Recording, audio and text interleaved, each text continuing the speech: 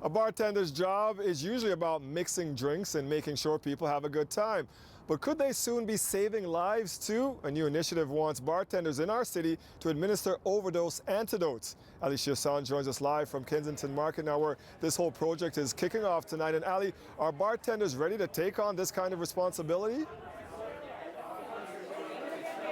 So I spoke with a lot of people in the service industry today, and they all tell us that they are ready. I mean, this whole initiative is about being prepared. So the people who are here tonight will actually have the skills to potentially save someone when they are overdosing on, for example, oxycodone, morphine, heroin, even if a patron is overdosing on, or if that patron's party drug, rather, MDMA or cocaine, was laced with fentanyl. So it is a big tool here that people will learn.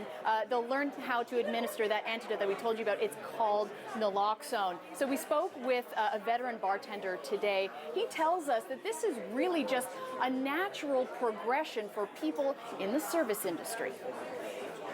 If someone's having an allergic reaction, I mean, I'm hoping they have an EpiPen on them, or they'll let me know before I serve them whatever it is I'm serving them. I put this under the same thing. If you're willing to help someone out and have a good night and be an all-around good person, a good bartender, a good service industry professional, you have to be willing to help people if they find themselves in trouble. We're hearing a lot about bar staff training themselves or being trained on how to intervene during instances of assault, sexual assault. So in that case, they're kind of taking on a bit more of like a policing role. Sure. And with this naloxone training, they're kind of taking on like a nursing role or something like that, right? Yeah. That is a lot to ask. Well, I feel like it is a lot to ask, but if you have a plan in your mind, you have a plan amongst your staff, it's a lot easier to deal with. As far as administering medication, I mean, I feel like, it might be a skill that maybe the industry would do well to start training people on as a standard practice. So increasing a server's skill set is at the top of mind of a lot of people in the industry right now. I mean, we have seen a rollout across the city of sexual assault intervention programs for staff and training for staff with that. So adding this type of preventative training as far as administering an antidote for someone who's ODing, that is a lot to ask of a server, and we touched on that with that interview. But we wanted to reach out to some young servers who do this part-time. They don't have really a reputation yet, and they're kind of in the industry to just, tend to the bar. Maybe they're a bar back. They said that they're a little concerned that they're going to have to act like nurses, but the reaction is pretty mixed. Let's have a listen. Of course, it's a lot to ask, but I feel like it's a reasonable thing to expect of someone in the service industry. Like, we're there to make sure our clients and guests are safe and having a good time. You're not going to be paid anymore, No, but I'm a human. Everyone's a human. Everyone has a right to protect other people. If somebody needs medication to be able to fix everything and you do something wrong, it's like, well, I was just trying to do the right thing, and now they're in a hospital bed somewhere. So a lot of pressure. Yeah, the guilt would definitely rest on my shoulders a lot heavier, I think.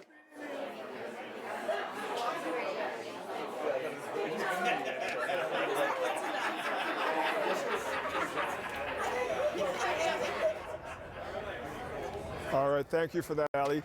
Earlier in the show, we told you about a push to train bartenders in our city on how to administer overdose antidotes.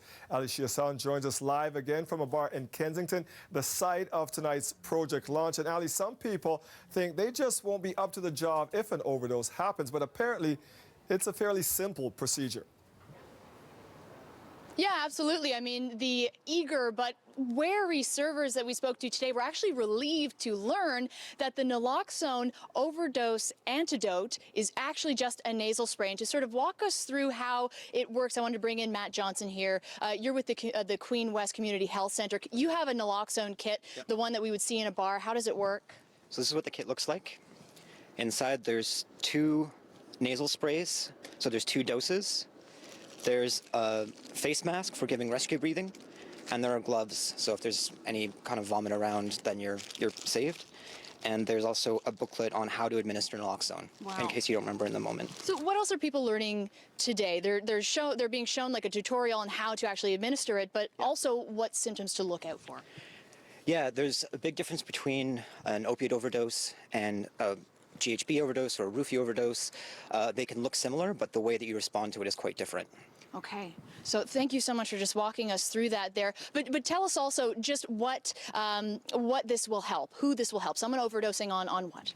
On heroin, fentanyl, morphine, OxyContin, any of the opiate drugs. And it's very simple. It just goes up the nose, you press the button, and the whole dose gets administered. That's amazing stuff. What do you hope for after tonight, to roll this out sort of across the city? Yeah, that's what we'd love to see. Unfortunately, right now it's not funded to give it out the way that we would like to see, to bars, to sort of everybody to give out.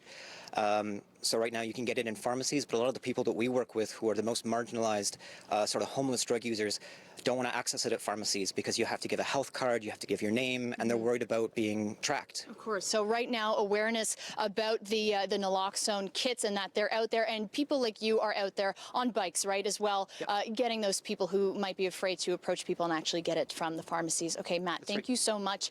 This, of course, is all in response to a fentanyl crisis that's happening in the western part of Canada, and it's creeping eastward, so it's all about preparation. Dwight. All right, thank you, Ali.